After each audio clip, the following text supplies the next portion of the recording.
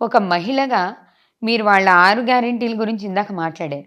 ఈ 6 గ్యారంటీలలో మహిళలకి బస్‌లో ఫ్రీ అనేది ఆయన మొట్టమొదటి రోజే పదవిలోకొచ్చిన వెంటనే దాన్ని అమలు చేశారు. చెప్పిన విధంగానే. ఆ! మరి ఈ విషయాన్ని ఒక మహిళగా మీరు సమర్థించట్లేదా? కనీసం ప్రభుత్వాన్ని ఈ విషయంలో అయినా మీరు ఏకీభవించట్లేదా? నేను గాదు. మనం బయటికెళ్ళి ఒక రోడ్డు మీద వెళ్ళే ఒక ఇద్దరు మహిళలని అడిగి చూద్దాం. ఈ ఫ్రీ బస్ అనేది మహిళలే దీనికి సాటిస్ఫై అయ్యున్నారా? అసలు మహిళలే దీన్ని స్వాగతిస్తున్నారా? ఫ్రీ బస్ ఎందుకండి? ఫ్రీ బస్ కాదు ఇప్పుడు కావాల్సింది. ఇప్పుడు మహిళలకి ఇప్పుడు మీరు చేస్తామన్న రుణమాఫీ ఎక్కడుంది? 2500 ఇస్తామన్నారు మహిళలకి. అది ఇవ్వండి. అది ఇచ్చిండ్రా? గ్యాస్ ఎక్కడుంది?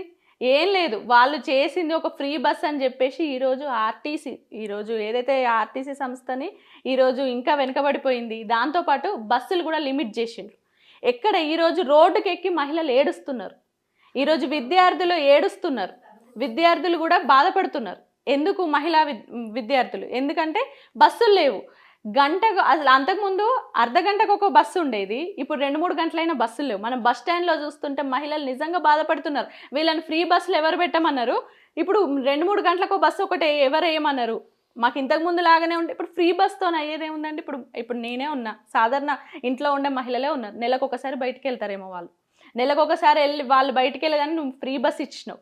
ఇచ్చి దాంట్లో కూడా రోజు వెళ్ళే మహిళల్ని ఎవరైతే ఎంప్లాయీస్ ఉన్నారో వాళ్ళని ఇబ్బంది పెడుతున్నావు. వాళ్ళకి కరెక్ట్గా ఫెసిలిటీ లేకుండా, వాళ్ళకి బస్సులు లేకుండా, వాళ్ళ సౌకర్యాలు లేకుండా వాళ్ళని ఇబ్బంది పెడుతున్నారు. కానీ పెన్షన్ ఇవ్వండి. ఇప్పటి వరకు నెలకి కరెక్ట్గా పెన్షన్ పడ్డదా? ప్రతి నెల కేసీఆర్ గారు ఉన్నప్పుడు పెన్షన్ ఎప్పుడు వచ్చేది? ఇప్పుడు వీళ్ళు ఎప్పుడు ఇస్తున్నారు? అట్లా ఎంతమంది తల్లులు బాధపడుతున్నారు?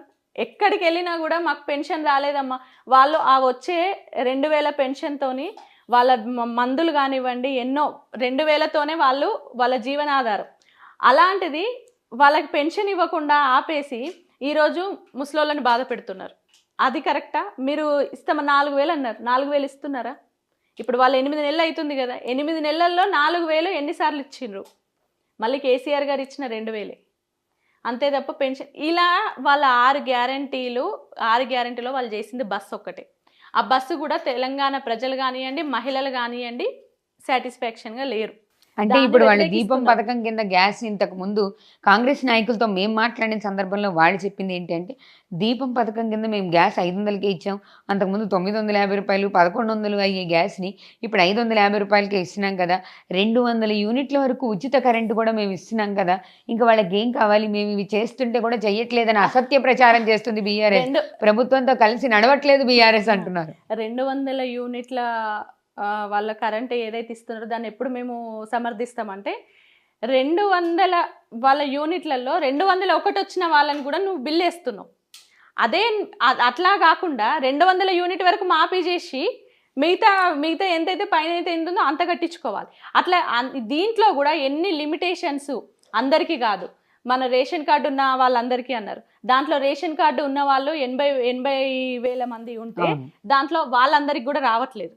ఎక్కడో కొంతమందికే తప్ప అందరికీ ఆ పథకం కూడా అమలు కావట్లేదు. ఈరోజు గ్యాస్ సిలిండర్ గురించి మాట్లాడితే మొన్న మాకు తెలిసిన వాళ్ళు అన్నారు, గ్యాస్ సిలిండర్ కూడా ఈరోజు దాని గ్యాస్ తగ్గించిస్తున్నారని చెప్పి 500కే ఇస్తున్నారు కానీ గ్యాస్ సిలిండర్ సైజు లోపల ఉన్న క్వాంటిటీ 14 kg లేదు, తగ్గించిస్తున్నారు. అంటే వీళ్ళు చేసేది ప్రజలకు వాళ్ళు ఏది కూడా నిస్వార్థంగా అందించట్లేదు. మేమేదో పథకాలు మేమేదో ఇంప్లిమెంట్ చేస్తున్నాము అని చెప్పి పైకి చెప్పుకోవడానికే తప్ప నిస్వార్థంగా కేసీఆర్ గారు నిస్వార్థంగా తెలంగాణ కోసం పనిచేసిండ్రు.